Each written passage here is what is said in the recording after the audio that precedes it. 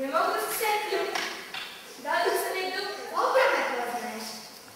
Zašto lažeš da me ne poznaješ?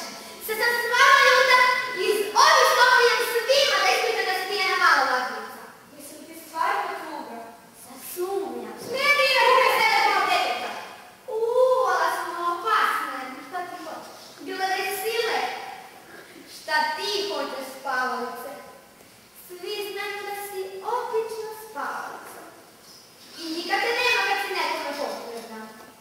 Otkud to da si na jednom toliko ratoborna? Nije na jedno. Ja sam uvijek na strani onih koji veruju. Opet da i ti služiš svojim namjerama. Da li to znači nesreća u nesreći, opet nesreća? Ne znači. Zašto slušaš što ona priča? Ona samo gleda kad će gdje i koga zavrti. Ili da i nas dvije skoro posvađa. Ma mnogo je naporno i dosadno. Sve isti pazor. Udara se u svakoj priči. Pa mogu ovo, ja mogu ono, niko mi nije ravan. Šta naumim, to ostvari. Uvek mi se pispali dok je slušao kako se hvališ o svojim svađačkim ustima. Meni je priroda odredila život bez sna. Uvek sam budna i nikada se ne smirujem.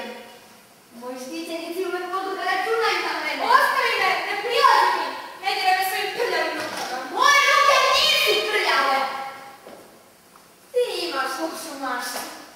Pa ni zamisliti ne možeš kako je biti lepo u društvu tuge. Sreća je rekla da mi je drugarica. Ona me voli, ona će mi pomoći.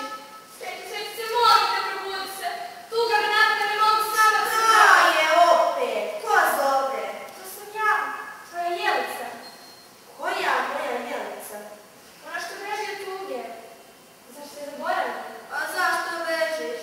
Sreća, nemoj tako da se šališ sa mnom. Molim te, pomozi mi da pobedim tugu. A o čemu